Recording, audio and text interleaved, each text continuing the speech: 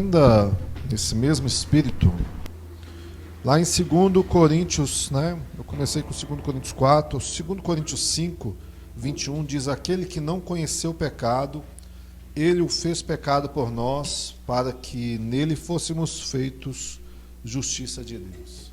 Amém? Nós vamos orar antes da gente ouvir aqui a palavra de Deus. E esse tema, né, que nós acabamos de cantar, pode se sentar por que vocês, esse mesmo tema que a Márcia até ilustrou aqui com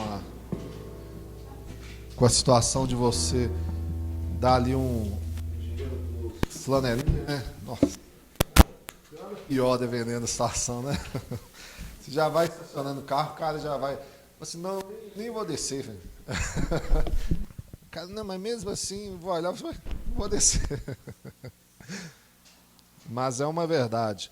E assim, essa passagem de 2 Coríntios, olha que coisa, né? Eu vou até ler novamente. Aquele que não conheceu o pecado, ele o fez pecado por nós, para que nele fôssemos feitos justiça de Deus. Amém? Antes desse versículo, ele está falando ali, Paulo está dizendo que nós agora somos embaixadores. Olha que coisa, né? Imagina que você é um embaixador de Cristo. Alguém já te falou que você é um embaixador ou uma embaixadora de Cristo? Você é uma representante ou um representante de Cristo aqui aonde você está vivendo hoje? E às vezes a gente não entende isso, não que a gente não entende, a gente faz de desentendidos, né? A gente pensa, eu não vou atribuir tamanha responsabilidade. Eu quero somente o benefício do Evangelho. Qual é o benefício? É eu ser abençoado, é eu ser salvo, é eu, né, ser livre do mal, né, eu não ter problema com o diabo, né, com as aflições do mundo. Eu estou bem, assim. Como que eu respondo isso, Senhor? Eu respondo indo à igreja um domingo, né, às vezes lendo a Bíblia, às vezes orando em casa. Estou bem. Porém, a Bíblia nos fala que, como embaixadores de Cristo, nós temos responsabilidades. Uma principal, Jesus disse ali na grande comissão, que nós deveríamos ir pregar o Evangelho. Amém? Você tem essa responsabilidade, um embaixador, você é um representante do reino, né, para falar para as pessoas aqui que estão perdidas, aonde você também estava. Quando a gente lê algo como isso, que ele não conheceu o pecado, nós estamos falando, olha, Jesus, o Santo de Deus, totalmente perfeito, ele não experimentou isso que nós experimentamos diariamente, em todo momento. E olha que eu estou falando para pessoas que foram regeneradas, né? Nasceram de novo, conheceram a fé, que sabem hoje discernir entre o certo e o errado, que hoje sabe o que Deus ama e o que Deus odeia. Outrora não, outrora nós amávamos todas as coisas segundo o nosso próprio coração, inclusive aquelas coisas que estavam nos derrubando, nos levando para baixo. Agora você foi amado ainda naquela circunstância e foi trazido para a presença de Deus, para perto de Deus, e Ele te diz, olha, você agora é filho meu. E aí quando a gente lê algo assim, ele se fazendo por aquilo que nós hoje somos. Olha que situação. O Santo de Deus experimenta este pecado, esta vida. Sabe aquelas coisas que te deixam mal, que te afasta de Deus, que te faz desanimar, que te faz ter vergonha?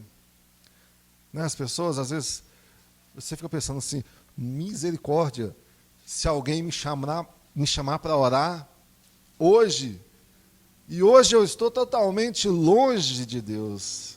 A culpa está me remoendo, o pecado está me amassando. Então você está precisando desta oração, né? E aí você não tem coragem, como Adão e Eva se escondendo nas folhas ali, nas árvores do jardim, se escondendo da presença de Deus. Você sabe que se você ler a Bíblia, você vai se culpar, né? Se você ouvir um hino, alguma canção, você vai se sentir com a consciência pesada. O que Jesus experimentou foi isso. Ele está na cruz, né? E ele clama, Eli, Eli, lama sabachthani, que é Deus meu, por que me desampara? Por que me abandona? Cadê aquela relação eterna de intimidade, de ligação? Foi cortada por causa do pecado. Então, uma vez que Cristo paga o pecado, o preço do pecado no meu, no seu lugar, no nosso lugar, o que Jesus fez aqui, irmãos? Ele substituiu 98%, 97% da sua culpa? Não, né? Mas foi 100%. 100%. Isso livra-nos de qualquer autojustiça. Sabe aquele pensamento de eu preciso fazer para ser justificado, para ser aceito? Isso a Bíblia joga por terra. E é pesado para nós. Eu sei que é. É pesado para nós não assim, ter que aceitar que a nossa bondade, o nosso fazer não tem valor nenhum. Eu sei que é pesado. Para efeito de salvação, qualquer coisa que a gente faz não tem valor nenhum. Ele pagou o alto preço. É isso que nós estamos lendo aqui. No seu e no nosso lugar. Então a graça resgatou um miserável. É o que você acabou de cantar. A graça. Ele é soberano em graça. Porque ele é soberano nessa graça, você pode se deleitar no Senhor. Imagina que coisa. Você pode se adentrar a Ele. Pode mergulhar no amor de Deus. Tem uma canção, né, que fala que agora eu esqueci como é que é, mas diz que a graça de Deus é como um oceano, né? Não é uma torneira, não é uma piscininha, é um oceano. Você vai se afogar nessa graça. Esse é Deus. Amém? Então, se você tem pensamento de justiça própria, abandone ela. Ah, mas então eu não tenho que fazer nada? Não. Porém, irmãos, agora que vem a questão, né? Uma vez que você é salvo, você responde a essa graça em amor. Você responde a essa graça em obediência. Você responde a essa graça em satisfação. É por isso que a Bíblia está dizendo ali que nenhum trabalho é em vão quando feito no Senhor. Então, tudo que você faz é contabilizado. Tudo. Né? Ou seja, você deu lá que seja uma esmola. Foi de todo o coração, como que fosse ao Senhor, ela é contabilizada. Você doou seu carro, ela foi de todo o coração ao Senhor, ela é contabilizada. Mas para efeito de salvação, não. Para efeito de salvação, Cristo fez tudo. Amém? Então você responda a Cristo neste amor. Então qual que é a oração aqui que eu quero fazer com os irmãos? É sobre esse sentimento de graça, sabe? Talvez eu sei que você possa estar aí meio desanimado por conta do pecado. Não tem nada além do pecado que nos afasta de Deus. Ah, eu amo demais. Não. Se o amor demais, dependendo do que for, né?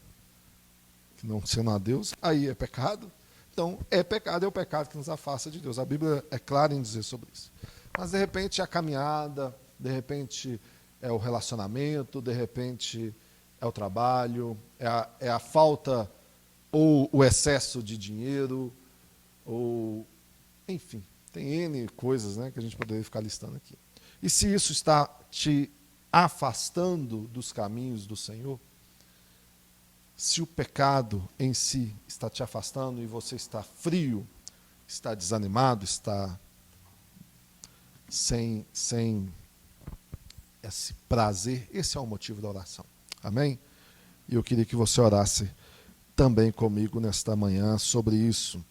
Se você é um pai ou uma mãe, você também pode orar pelos seus filhos, né? Sei que você já deve fazer isso constantemente em casa, nos seus momentos, né? Mas vamos orar também para que eles também sejam avivados, né? Outrora, em outro tempo, assim, eu pelo menos imagino, eu sinto que parece que as mães viviam muito mais orando pelos filhos, porque eu acho que os filhos eram muito para frente, ou então era a minha época, né? Que agora eu estou no outro papel, né? Mas nós temos que continuar esse legado de orar pelos filhos. Amém? Eu queria que você orasse juntamente comigo, em nome de Jesus. Então você pode ir do jeito que você quiser.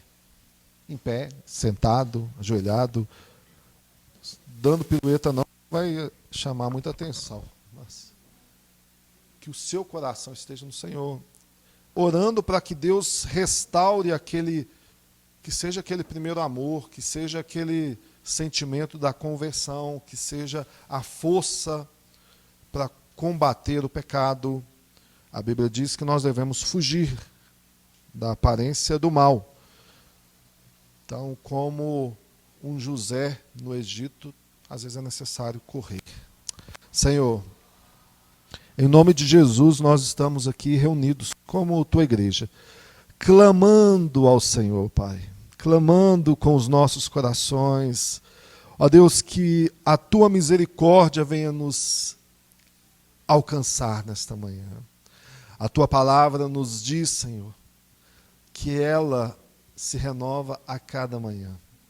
E nós estamos aqui em teu nome, clamando nesta hora, neste momento, o perdão, Pai, o perdão pelos nossos pecados, pelas nossas muitas falhas, ó Deus, pela nossa indiferença, ó Deus, para com o teu chamado em nossas vidas. O Senhor nos fez reis e sacerdotes, o Senhor nos chama de embaixadores de Cristo, nós somos porta-vozes, profetas, ó Deus, da tua palavra, ó Deus, para um mundo caído, para um mundo perdido, ó Deus, e quantas vezes estamos omissos, calados, ó Deus, encurralados, ó Deus, dentro da nossa caixinha, mas o Senhor nos chama para fora com ousadia, com intrepidez, ó Deus, com o intuito de agradar ao Senhor e não aos homens. Portanto, ó Deus, se a palavra do Senhor há de ofender, ó Deus, há de confrontar, ó Deus, mas se é a verdade, eu te suplico nesta manhã que o Senhor possa nos capacitar, ó Deus, nos envolver, nos dar, ó Deus, direção, nos dar força, nos dar, ó Deus, toda esta ousadia para proclamar quem é o Senhor. Em nome de Jesus, o pecado, ó Deus, que nos afasta, o pecado que nos constrange, o pecado, ó Deus, que nos culpa, o pecado que nos tira de perto do Senhor, ó Deus, que tira a palavra da sabedoria, a palavra da santidade, ó Deus, que estiver, ó Deus, em nossas vidas, nós te pedimos, nos perdoe, mas não somente nos perdoe, Senhor, nos fortaleça, ó Deus, nos ajude, para que nós possamos vencer, ó Deus, pelo nome do Senhor, ó Deus, e proclamar Cristo às nações. Em nome de Jesus, Pai, faz de nós guardiões da Tua palavra, atalaias, ó Deus, que observam, ó Deus, o nosso mundo, a nossa cidade, a nossa nação, a nossa casa, Pai, para que possamos anunciar a Tua verdade, abençoando, ó Deus, os nossos filhos, os nossos pais, os nossos irmãos, ó Deus, a nossa família, tendo, ó Deus, a palavra de sabedoria, tendo, ó Deus, a palavra com discernimento, sendo, Senhor, em nome de Jesus, luz neste mundo de trevas. Em nome de Jesus, Pai. Abençoa a tua igreja aqui nesta manhã. Abençoa-os, ó Deus, com a tua verdade, com a tua palavra. Os fortaleça, os encha do teu Espírito Santo, para que eles sejam, ó Deus, anunciadores, ó Deus, para que eles sejam luz, sal, ó Deus, para que eles possam abençoar a tantas outras pessoas, Pai. Ó Deus, que no trabalho eles sejam luz, que na casa eles sejam luz, ó Deus, na rua deles eles sejam luz, ó Deus, aonde quer que eles estiverem, eles sejam, ó Deus, os embaixadores de Cristo.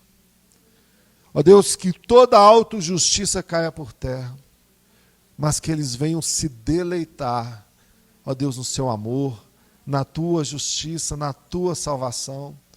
Salve-os, ó Pai, em nome de Jesus. Salva a tua igreja nesta manhã, em nome de Jesus, Pai.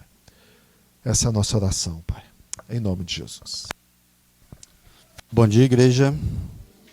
Que a graça e a paz do nosso Senhor Jesus Cristo estejam com vocês.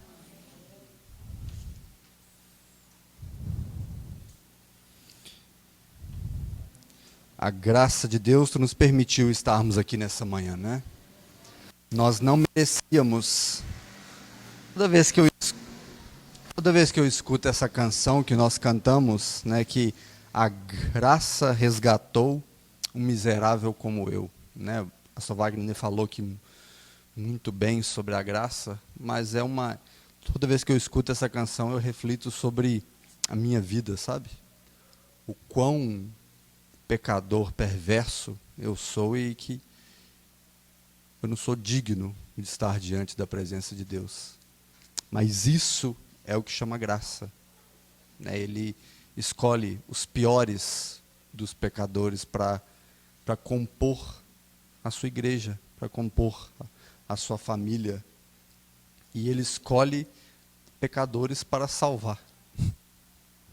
Chega a ser surreal para a nossa mente. A gente não consegue entender até onde vai a graça de Deus na nossa vida. Mas é assim que funciona, é assim que foi revelado.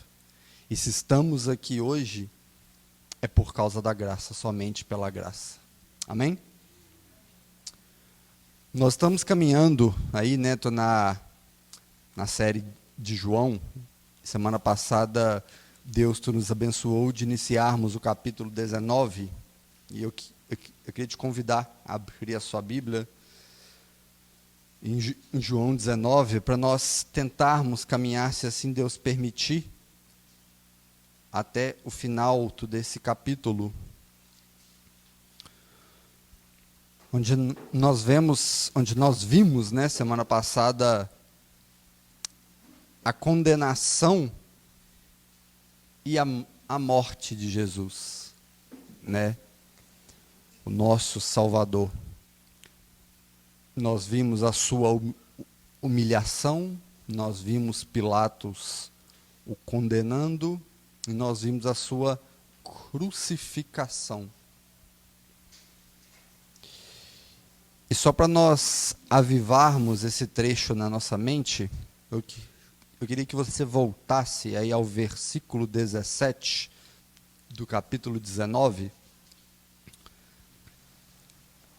para nós retomarmos a leitura. Amém? Todo mundo? Versículo 17, capítulo 19 do Evangelho segundo João. Jesus, carregando ele mesmo a sua cruz, saiu para o lugar chamado Calvário, Gólgota, em hebraico.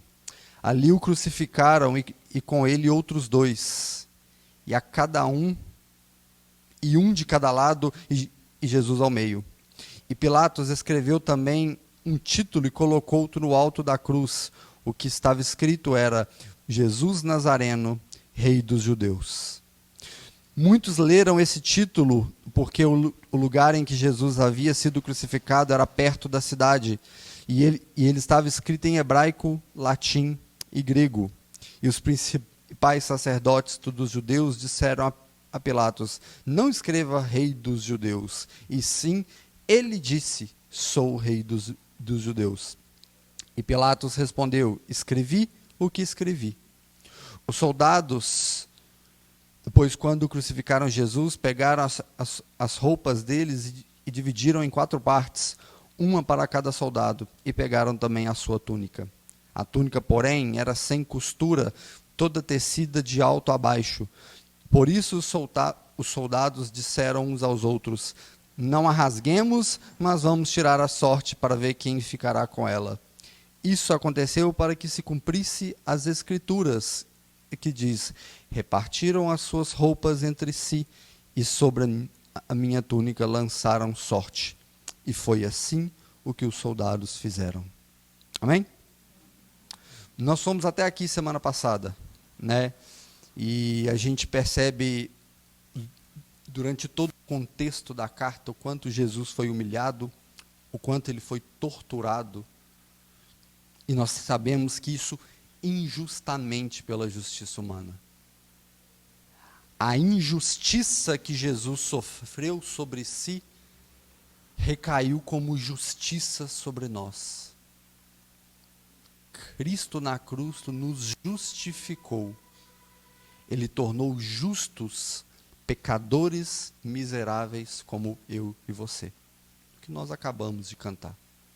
A injustiça que Cristo sofreu recaiu sobre nós como justiça. E nós hoje somos justificados diante de Deus. Ser justificado, às vezes é uma palavra muito comum, nossa, mas a gente nem pega o seu real sentido, é ter todas, sem exceção, as suas dívidas apagadas. É ter todos os seus erros, e como nós estamos falando de todos os pecados apagados. Vocês têm noção do tamanho da obra de Cristo na cruz? Ele pegou todos os nossos pecados e encerrou de uma vez por todas. E tornou homens e mulheres como nós, que continuamos a pecar deliberadamente, e nos tornou justos diante de Deus. Amém? Fecha seus olhos por um instante. Eterno Deus, Pai Todo-Poderoso, nós te louvamos e nós somos gratos a Ti, Senhor, pela graciosa oportunidade de estarmos reunidos como igreja do Teu Filho Jesus.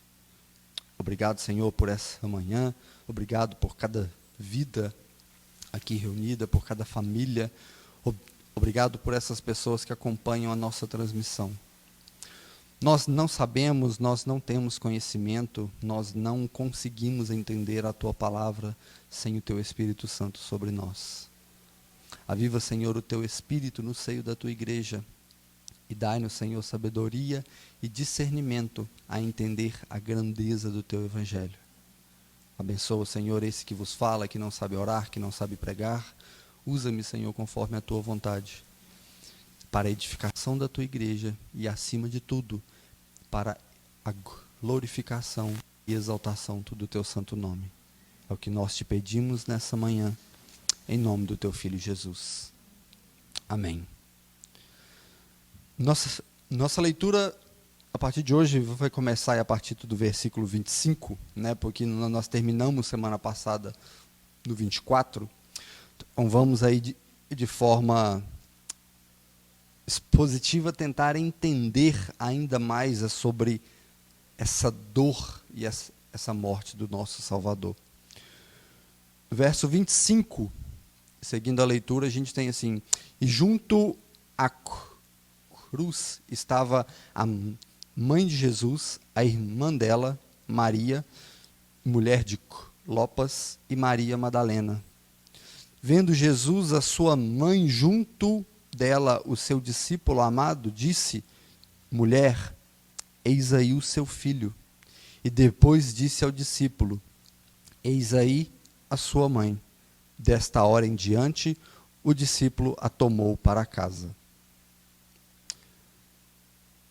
É um episódio que muitas vezes a gente já viu retratado, ilustrado, né? A gente tem muitas obras de arte sobre essa situação de Maria, o discípulo amado a quem João se refere, é ele mesmo, né?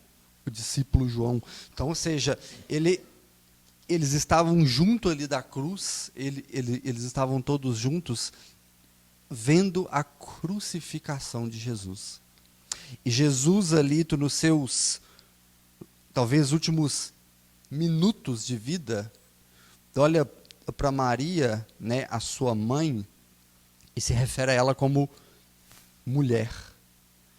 Isso vai apontar, isso não é uma forma, embora muitas vezes nós possamos achar que Jesus ali está sendo áspero com a sua mãe, mas era da cultura o filho se referir à mãe como mulher, em sinal de honra, de respeito, né? Estava lhe dando a ela toda a sua credibilidade como mãe. Isso aponta para nós lá em João 2, quando Jesus vai fazer o primeiro milagre ali no casamento, que ele diz para Maria assim: mulher, o que eu tenho parte contigo? No sentido de autoridade, que ela estava tentando induzir ele a fazer algo. Então ele usa da mesma expressão: mulher, que parte tenho eu contigo, no sentido de você dizer o que eu tenho ou não fazer, né? E quando Jesus aqui se refere a ela assim: mulher, eis aí o seu filho, ou seja, João, que estava ali mais próximo, a relação deles era muito íntima. Jesus e João eram muito próximos um do outro. Por isso a referência do discípulo amado. E quando ele se volta para João e fala: eis aí a sua mãe. Muitas vezes a nossa leitura não permite a gente entender o porquê que Jesus falou isso.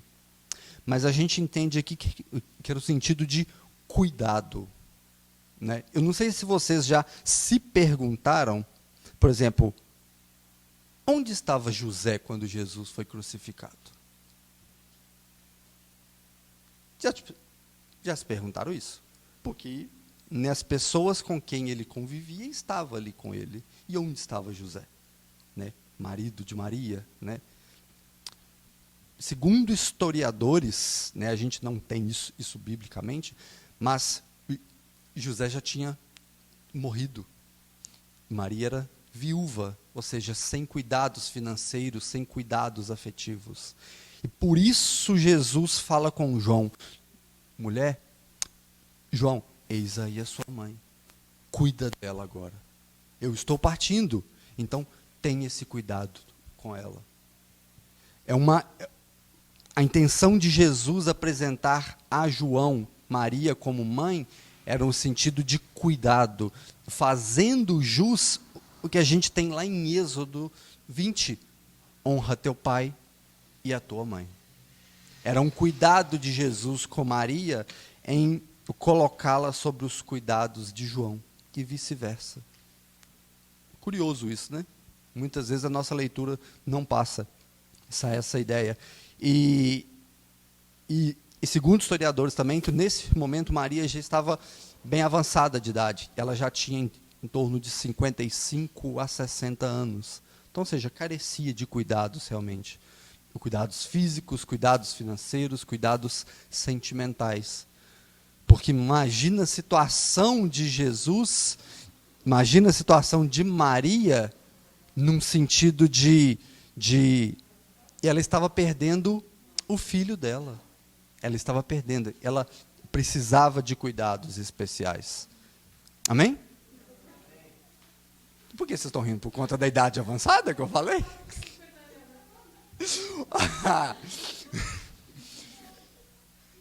É o que diz o texto, né?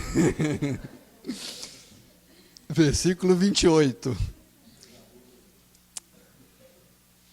Depois, tu vendo Jesus que tudo já estava consumado, para que se cumprisse as Escrituras, ele disse: tenho sede. Dali estava um vaso cheio de vinagre. Embebedaram de vinagre uma esponja e fixando-a em um caniço de isopo, aproximaram a esponja da boca de Jesus. Olha só o ponto que nós começamos a adentrar, que é o ponto chave da nossa mensagem hoje. Versículo 28. Depois vendo Jesus que tudo já estava consumado. O que estava consumado? A que Jesus estava se referindo? Por que Jesus expressou isso dessa forma? Tudo já estava consumado. A pior experiência que Jesus poderia receber sobre si era beber todo o cálice da ira de Deus. Era receber sobre si todos os nossos pecados. Essa foi a pior experiência da sua vida. E Isaías retrata para nós que Deus agradou moê-lo e fazê-lo enfermar. O que Jesus aqui não estava sendo condenado pelos romanos. A injustiça foi que causou aquela situação. Mas Jesus estava sentindo o peso da mão de Deus sobre ele. O peso da obra que ele teria que realizar para agradar e obedecer o Pai. Ou seja, o que Jesus se refere que tudo já estava sendo consumado era a sua obra nesse mundo. Era toda a dívida de pecadores como nós sendo paga naquela cruz. Isso já estava sendo consumado. E ele ali pede, ele diz: tenho sede, né?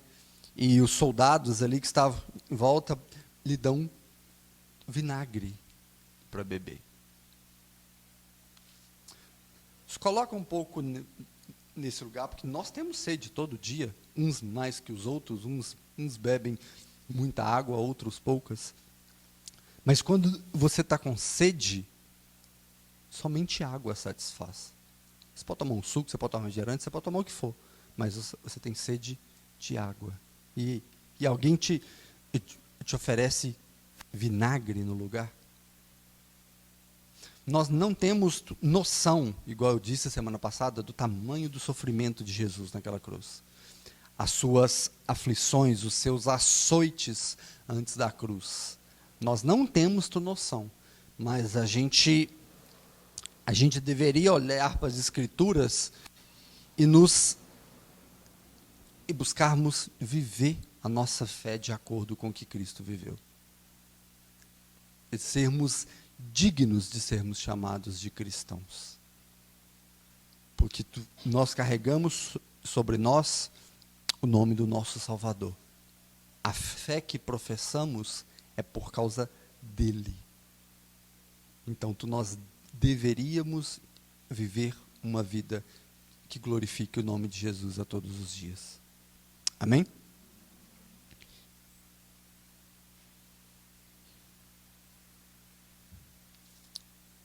Quando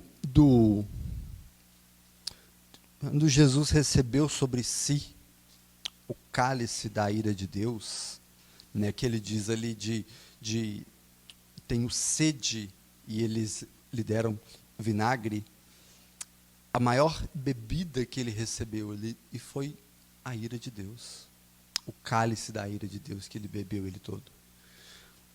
Lá em Romanos 5, versículos 6 a 8, diz assim: de fato, no devido tempo, quando ainda éramos pecadores, Cristo morreu pelos ímpios. Dificilmente haverá alguém que morra por um justo. Pelo homem bom, talvez alguém tenha coragem de morrer, mas Deus demonstra o seu amor por nós em favor de Cristo ter morrido por nós quando ainda éramos pecadores. Apóstolo Paulo expressa isso aqui isso aqui de uma forma que nos faz refletir. Qual de nós daria a sua própria vida por um homem injusto? Por alguém que seja digno de condenação? Um homem mau, um homem perverso. Se você tivesse a opção de falar assim, vou morrer no lugar daquele homem porque ele está sendo condenado. Quem de nós faria isso? Ninguém faria. Ninguém. Porque o nosso senso de justiça diz que fala assim, não, ele cometeu um crime, então ele tem que pagar. Ele tem que pagar por isso. Agora, quando nós olhamos uma pessoa que amamos, uma pessoa boa, em certo sentido, nós temos talvez a coragem de morrer pelas pessoas. Eu não vou nem entrar no quesito de filho, mãe, marido, esposa, com pessoas que a gente ama de forma diferente. Mas talvez nós morreríamos para salvar alguém que fosse bom. Agora, Jesus morreu naquela cruz por todos os injustos. O homem justo, o homem bom e perfeito, morreu no lugar de pecadores como eu e vocês. E era disso que Jesus estava falando. Isso está sendo consumado. Isso está sendo finalizado. A obra minha, o meu propósito de vir ao mundo, de morrer por pecadores e salvá-los do inferno, isso está sendo consumado. Era isso que ele clamava naquela cruz. Embora ele tenha falado dali que tenho sede, mas talvez a maior sede que ele tinha, ele era sede de nos tornar justos. Era sede de justiça santa. A sede de fazer pecadores tornarem parte de si como igreja. E como nós podemos esperar uma igreja perfeita se ela é formada somente por pecadores? É impossível. Se você espera uma igreja perfeita antes da volta de Cristo, não conte com isso. Ela é formada desde o pastor até os membros só por pecadores. Versículo 30, ele diz assim, e quando Jesus tomou o vinagre, ele disse, está consumado. Inclinando a sua cabeça, entregou o seu espírito. Esse versículo 30 poderia ser talvez o menor versículo da Bíblia, mas o versículo de maior expressão da nossa fé. Maior. A gente poderia ficar horas expondo esse versículo. E vale a pena nós gastarmos um tempinho sobre ele, tá? Lucas, Marcos e Mateus relataram esse mesmo versículo com a riqueza maior de detalhes. Como nós vimos no início do capítulo 19, João é muito breve em seus relatos, muito objetivo. E Lucas, capítulo 23, ele vai dizer assim, às 3 horas da tarde, o sol deixara de brilhar. O véu do santuário se rasgou ao meio, e Jesus gritou em alta voz, Pai, nas tuas mãos entrego o meu espírito. E tendo dito isso, expirou. Marcos 15, a partir do 33, vai dizer assim, houve treva sobre toda a terra, e ao meio-dia, às 3 horas da tarde.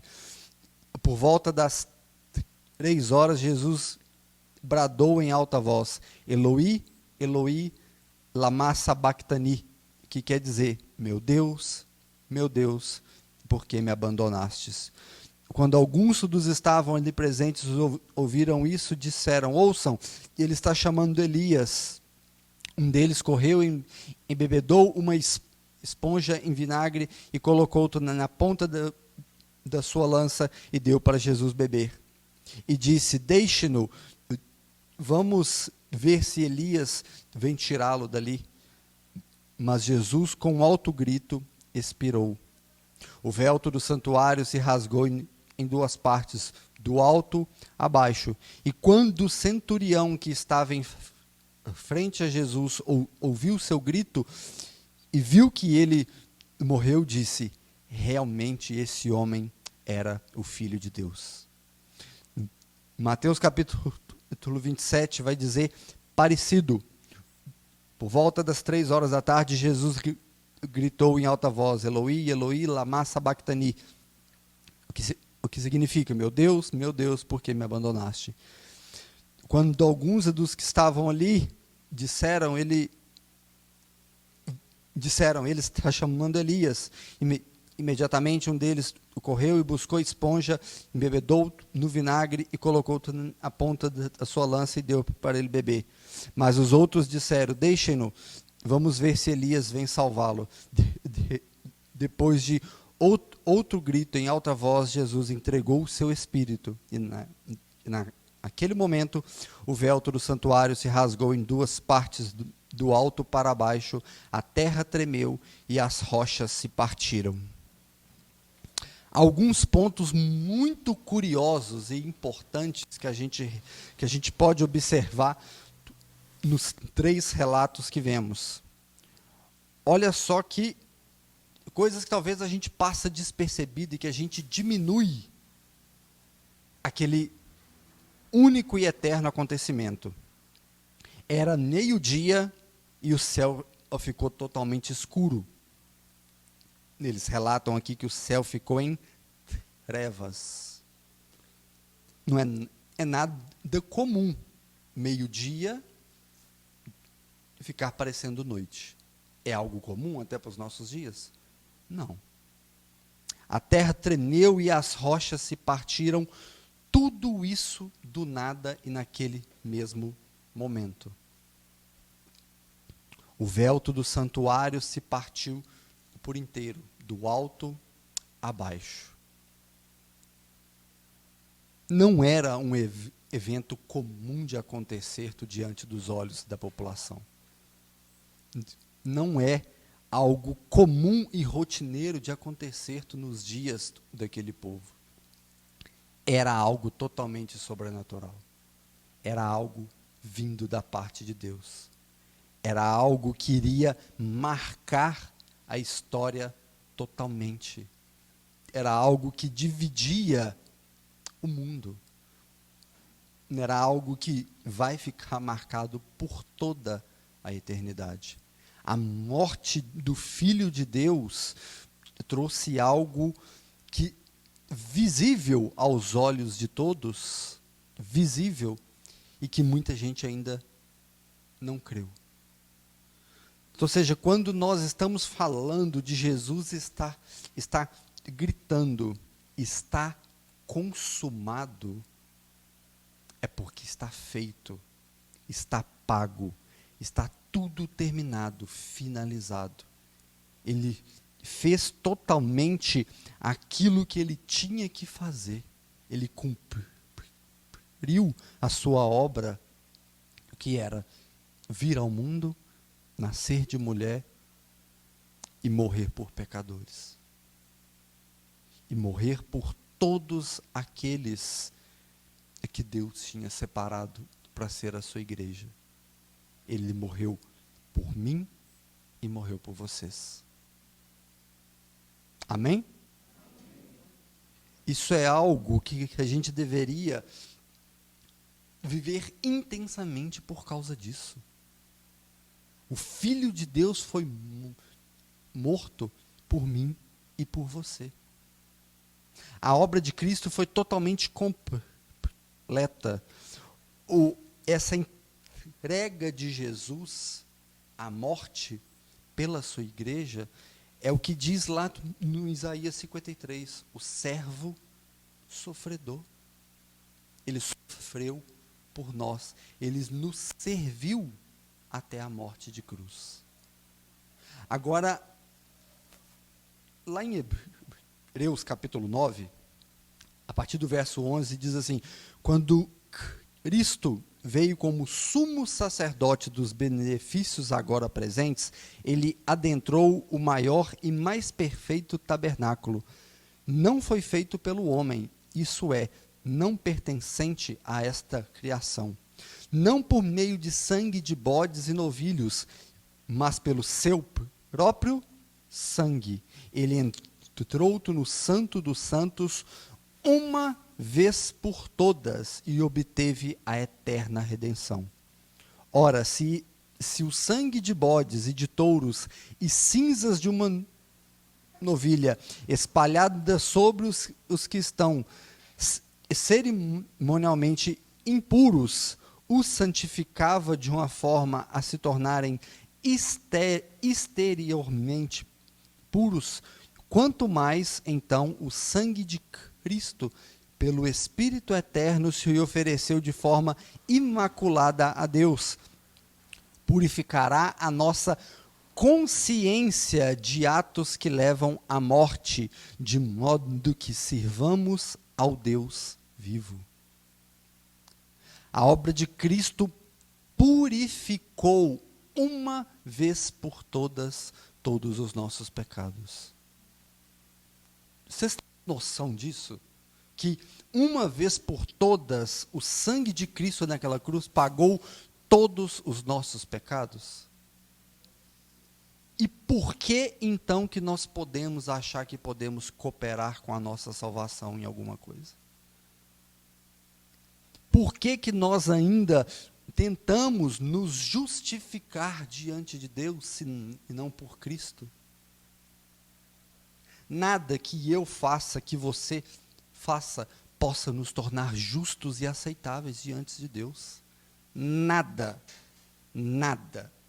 Se você acha que vir ao culto, participar de uma igreja, dar a sua oferta, cantar, te louvar, ministrar uma palavra, se você acha que isso te torna mais justo diante de Deus, não torna nada. Você continua sendo um pecador miserável que merece o inferno. O que nos torna justo diante de Deus é o sangue de Cristo naquela cruz, que Ele disse com todas as palavras: está consumado, está pago, uma vez por todas. Não existe pecado em nós que o sangue de Cristo não possa apagar. Não existe pecado dentro de nós que o sangue dele não tenha autoridade e poder para nos limpar. Seja qual for, as palavras do autor de Hebreu aqui ele purificará a nossa consciência de atos que levam à morte. Às vezes eu e você podemos colocar dentro do nosso coração e dentro da nossa mente que, nossa, esse meu pecado Deus não vai perdoar. Isso Deus não vai permitir nunca. Ele não iria permitir mesmo se dependesse de mim e de você. Porque nós não temos capacidade de perdoar pecados. Mas por causa do sangue de Cristo, Ele perdoa todas as nossas dívidas. E por isso somos chamados de filhos de Deus. Por isso nós temos a esperança da vida eterna. O próprio autor de Hebreus, no capítulo 10, ele diz assim: então acrescentou, aqui estou e vim para fazer a sua vontade, falando de Cristo. Ele cancela o primeiro para estabelecer o segundo. Pelo cumprimento dessa vontade, fomos santificados por meio do sacrifício do corpo de Jesus Cristo, oferecido uma vez por todas. Toda vez que nós achamos que podemos cooperar com a nossa salvação, nós estamos dizendo que Cristo não foi capaz de pagar pelos nossos pecados. O estar consumado que Jesus gritou naquela cruz, não quis dizer, eu fiz a minha parte, agora faça a parte de vocês. Ele disse, eu fiz, está pago, está feito, está consumado. Não tem nada que eu e você possamos fazer para tentar ajudar Jesus a pagar os nossos pecados e garantir a nossa salvação. O que eu e você fazemos é pecar todos os dias ignorando a palavra de Deus. Isso nós sabemos fazer bem. É ignorar o sangue dele derramado naquela cruz. E achar que os nossos pecados não podem ser pagos pelo seu sangue derramado. O sangue de Jesus nos garantiu de uma vez por todas que somos filhos de Deus e que temos esperança com Ele na vida eterna. Amém? Glória a Deus por isso. Isso deveria nos alegrar demais. Isso deveria nos motivar a viver uma fé diferente a cada manhã, a viver cada vez mais temerosos diante de Deus. As palavras do apóstolo Paulo ao seu discípulo Timóteo, lá em capítulo 1, ele diz assim: esta afirmação é digna e fiel de toda aceitação. Jesus Cristo veio ao mundo para salvar pecadores, do qual eu sou o pior. Isso deveria ser um versículo recitado por nós todos os dias, porque nós somos os piores pecadores. Mas Cristo veio ao mundo para pagar por mim e por você, para salvar pecadores que são os piores dessa face da terra. Mas o sangue de Cristo nos lavou, nos purificou, nos justificou e está nos santificando até a sua volta gloriosa. Amém? Se você não tem motivos para glorificar a Deus, agora você tem. Porque Deus pagou os nossos pecados. Nós somos justos diante dele. Nós caminharmos para o final aqui, nós já estamos terminando. Versículo 31.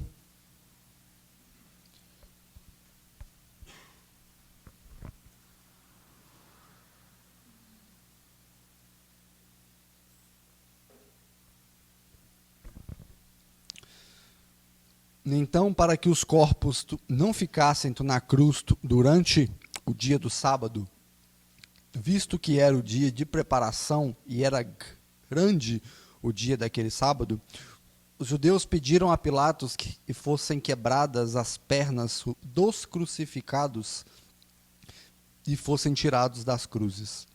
Os soldados quebraram as pernas dos homens que tinham sido crucificados com Jesus, o primeiro de um e depois do outro. Quando, porém, chegaram a Jesus, vendo que já estava morto, não lhe quebraram as pernas. Mas um dos soldados lhe abriu do lado com a sua lança, e logo saiu sangue e água. Aquele que viu isso dá testemunho, e o testemunho dele é verdadeiro. E ele sabe que diz a Escritura, para que vocês também creiam. E isso aconteceu para que se cumprisse as Escrituras. Nenhum dos seus ossos será quebrado. E outra vez diz as Escrituras, e olharão para aquele quem o traspassaram. Olha o cenário, né? A gente tem ali Jesus e os outros dois ladrões crucificados, né? Só que os corpos não podiam ficar ali mais tempo, porque já o sábado estava se aproximando. E isso por conta da lei, tá? Lá em Deuteronômio 21, versículo 22 e 23, ele diz assim: se um homem culpado de um crime que mereça a morte for morto e pendurado no madeiro, não deixe o corpo no madeiro durante a noite. Enterre-o naquele mesmo dia, para que qualquer que for pendurado no madeiro está debaixo da maldição de Deus. E para que ele não contamine a terra do Senhor, o seu Deus que lhe dá esperança. Então, ou seja, pela lei, aquele que fosse crucificado, o corpo dele não poderia ficar ali durante uma noite. Tinha que tirar, né, no corpo, enterrar, porque ele estava debaixo da maldição de Deus. Só que a crucificação, relatos históricos disso, os crucificados não morriam na hora. Não tinha do relato de que após ser crucificado as pessoas já morriam. Eles entravam em um coma, praticamente por conta da dor e da aflição. Então, para dificultar a respiração daqueles que estavam sendo crucificados, eles quebravam as pernas. Para eles não conseguirem ter firmeza, sufocar o pulmão e morrer asfixiado. Então, esse era o procedimento romano disso. Então, ou seja, o que os judeus ali pediram? Quebrem as pernas deles, que para a gente tirar o corpo, porque o sábado está se aproximando. Os soldados foram que quebraram as pernas dos 2 ladrões, mas quando chegaram em Jesus, viram que ele já estava morto. Isso ainda corrobora ainda mais esse relato, para a gente ter certeza de que Jesus era homem verdadeiramente, era humano. Ele morreu uma morte humana, né? O relato diz que um dos soldados enfiou uma lança no seu lado, ou seja, de onde saiu água e sangue. Então, ou seja, ele já tinha realmente falecido naquele momento. E lógico que nós entendemos pelas Escrituras que até isso tinha um propósito, por conta da profecia, de que nenhuma dos seus ossos seriam quebrados. O propósito de Deus está em todas as coisas. Quando nós dizemos e nós cantamos aquilo louvando a Deus, que Deus é soberano em tudo, em todos os sentidos. Pastor Wagner costuma dizer a expressão de que ele é o Deus do micro e do macro. O Deus que cuida das pequeninas coisas e das coisas grandiosas. E a morte do seu filho já tinha sido determinada antes da fundação do mundo. Porque o Apocalipse diz que o cordeiro já tinha sido sacrificado antes de tudo acontecer. Cada segundo, cada ato, cada pensamento já tinha sido determinado por Deus. Porque nós estamos diante de um Deus que governa todas as coisas. Uma folha não cai de uma árvore sem que seja da vontade de Deus. Às vezes é difícil entender isso. Os nossos olhos, o nosso coração, a circunstância aos nossos redor nos dificulta entender essas coisas. Mas nós estamos diante de um Deus que cuida de todas as coisas. Amém? Versículo 38. Depois disso, José de Arimateia, que era discípulo de Jesus, ainda que em segredo, porque tinha medo dos judeus, pediu a Pilatos a permissão para tirar o corpo de Jesus. E Pilatos deu a permissão. E então José de Arimateia foi e retirou o corpo de Jesus. E Nicodemos, aquele que anteriormente tinha ido falar com Jesus à noite, também foi, levando cerca de 35 quilos de composto de mirra e aloés. Então, tomaram, pois, o corpo de Jesus e envolveram em lençóis com os óleos aromáticos, como era de costume entre os judeus para a preparação do sepultamento. No lugar onde Jesus foi crucificado, havia um jardim, e nesse jardim havia um túmulo novo, no qual ninguém ainda tinha sido colocado. Ali, por causa da preparação dos judeus e porque o túmulo ficava perto, colocaram o corpo de Jesus. Esse é o relato do sepultamento, com todos ali os procedimentos judeus, né? Óleos, os lençóis envolvendo todo o corpo e preparando. E eles fizeram isso de forma muito breve. Por quê? Porque o dia do sábado já estava se aproximando. A gente não tem aqui relato de horas passadas, né? Porque a gente sabe que a morte de Jesus ali aconteceu entre meio-dia e 3 horas da tarde. Mas a gente não tem ali esse relato de quanto tempo já tinha se passado, quantas horas. Mas a gente entende que eles já estavam acelerando das coisas porque talvez já era noite, né? Já estava se aproximando o dia do sábado. E isso não poderia ter sido feito no sábado. Um ponto curioso que a gente encontra em relatos históricos é que esse túmulo da qual Jesus foi colocado, bem provavelmente era um túmulo do José de Arimateia, porque a região onde ele estava era uma região, né, como ele diz ali, era um jardim muito grande, e era algo caro e custoso ter um túmulo ali. Então, na certa, ele já tinha aquilo ali e ele cedeu esse túmulo para colocar o corpo de Jesus ali. Detalhes que muitas vezes a gente passa despercebido e tudo, e até isso é um cumprimento da profecia, que lá em Isaías 53, versículo 9, ele diz assim: foi dado a ele um túmulo com os ímpios e com os ricos em sua morte, embora não tivesse cometido violência alguma e nem houvesse mentira em sua boca.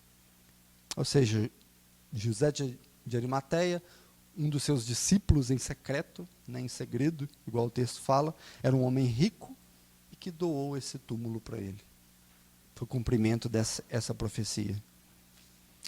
Jesus foi crucificado, foi morto e foi sepultado. E por causa disso nós estamos reunidos aqui. Por causa da sua morte, por causa do seu sangue derramado, é que é possível nós estarmos reunidos como igreja dele.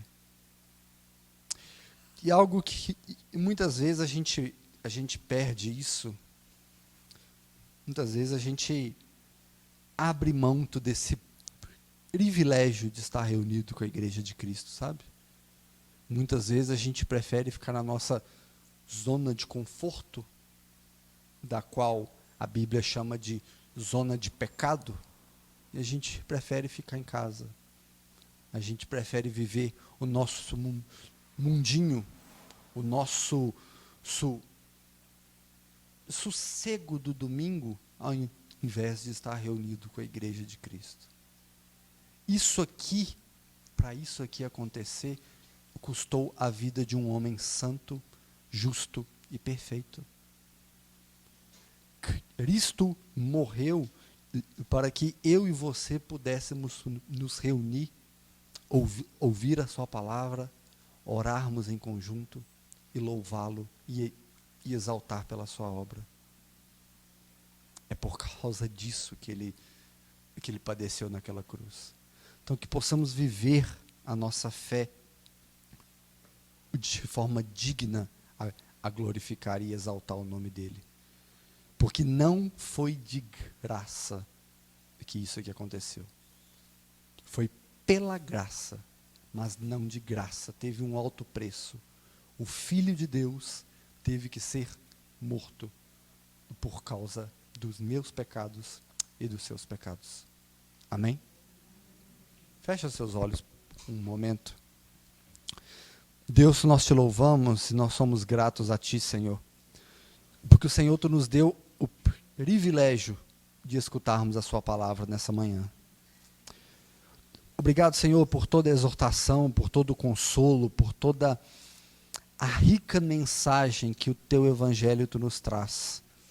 Porque o Seu Filho padeceu Tu naquela cruz. Ele foi eternamente obediente a Ti e pagou pelos nossos pecados. Ele nos justificou através do seu sangue derramado. E por isso nós estamos reunidos aqui nessa manhã. Perdoa, Senhor, os nossos pecados, perdoa as nossas negligências, Pai. E aviva o nosso coração a entendermos, Pai, que isso aqui é uma oportunidade única de que muitos irmãos espalhados pelo mundo querem fazer e podem. Porque nós temos, Senhor, a oportunidade de ouvir a Tua palavra, de Te louvar, de orar e ter a certeza de que o Senhor escuta a nossa voz por causa do Teu Filho. Então, Senhor, nós como igreja de Cristo Jesus Te clamamos nessa manhã, aviva o desejo de vivermos a nossa fé. Aviva em nós, Senhor, o desejo de vivermos ser essa igreja em comunhão, aonde Cristo é o nosso cabeça e que nós possamos servir alegremente uns aos outros aqui. Dai-nos, Senhor, o Teu espírito de servidão, para que possamos entender que não vivemos num mundinho totalmente egoísta, mas que possamos nos doar a cada dia mais pela Sua igreja e pelos nossos irmãos. Dai-nos, Senhor, o Teu Espírito Santo para que possamos viver essa mensagem todos os dias e que o Teu nome glorioso seja exaltado e glorificado nas nossas vidas, hoje e para todo sempre. Amém. Glória a Deus. Coisa boa, né? Ouvir a palavra de Deus e sobre esta morte, a única morte que nos traz uma esperança, né? Mas, se Deus permitir, no próximo domingo nós vamos falar de ressurreição. Amém? Porque Ele morreu e porque Ele ressuscitou, nós temos vida nele. Se Cristo tivesse somente morrido, nós poderíamos talvez até ser perdoados, mas não teríamos acesso ao Pai. Porque o nosso acesso ao Pai é por causa do Filho. Ele é o caminho, Ele é a verdade e a vida. Amém? E ninguém vem ao Pai a não ser por Ele. Então, graças a Deus, porque Cristo ressuscitou. Amém?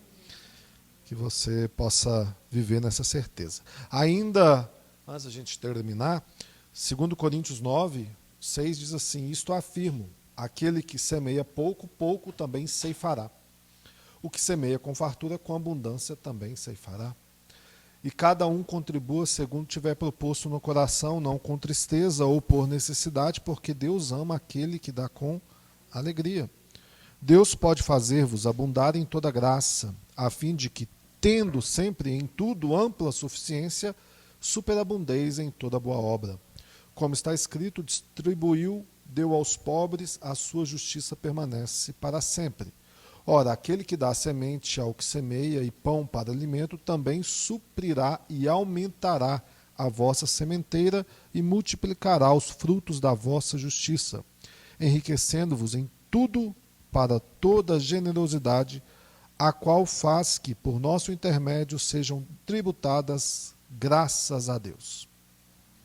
Porque o serviço dessa assistência não só supra a necessidade dos santos, mas também redunda em muitas graças a Deus, visto como na prova desta ministração glorificam a Deus pela obediência da vossa confissão, quanto ao Evangelho de Cristo e pela liberalidade com que contribuís para ele e para todos.